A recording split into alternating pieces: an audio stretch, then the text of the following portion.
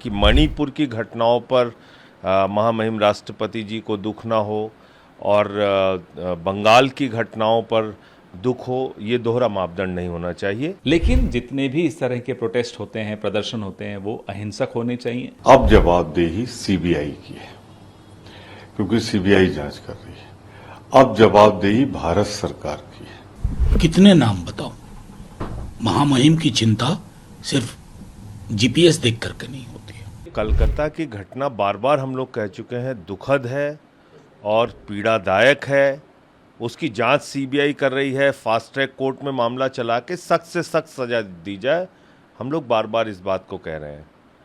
लेकिन मैं बहुत अफसोस के साथ ये कहना चाहता हूँ और पूरे सम्मान के साथ कहना चाहता हूँ कि महामहिम राष्ट्रपति जी को सेलेक्टिव अप्रोच नहीं अपनाना चाहिए। यानी कि मणिपुर की घटनाओं पर महामहिम राष्ट्रपति जी को दुख ना हो और बंगाल की घटनाओं पर दुख हो, ये दोहरा मापदंड नहीं होना चाहिए।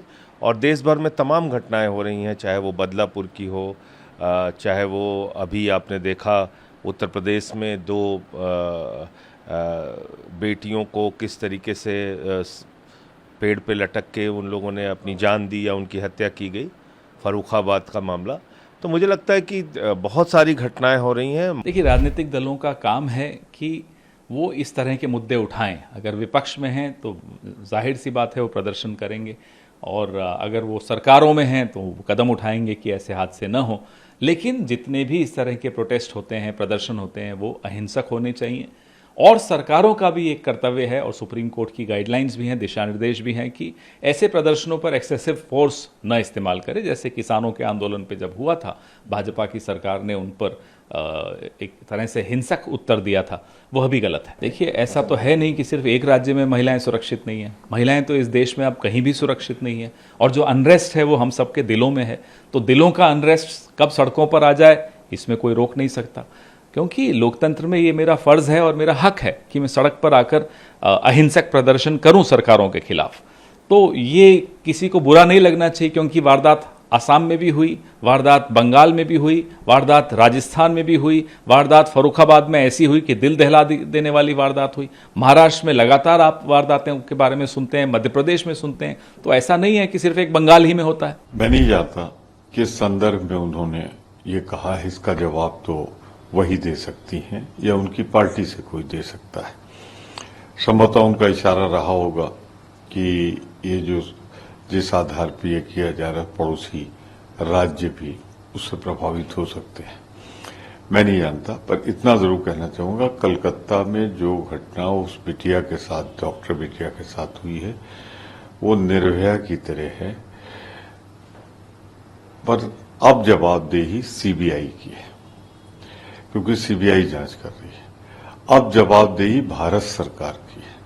अगर अभियुक्त में कोई पैरवी में कमी रहती है, जो अभियुक्त पकड़ा गया है उस पर कठोरतम कार्रवाई हो, उसके साथ जो शामिल हो उनको भी बख्शा नहीं जाना चाहिए। इसी पर राष्ट्रपति द्रौपदी मुर्मू जान के मैं भयभीत हो गई जब मुझे पता चला कि इस तरह की तमाम घटनाएं देश में चल रही हैं, लगातार रेप की, और ये घटनाएं सब आम हो चुकी हैं। सामान्यतः महामहिम राष्ट्रपति बयानबाजी से दूर रहती है, रहना चाहिए पद की गरिमा पर।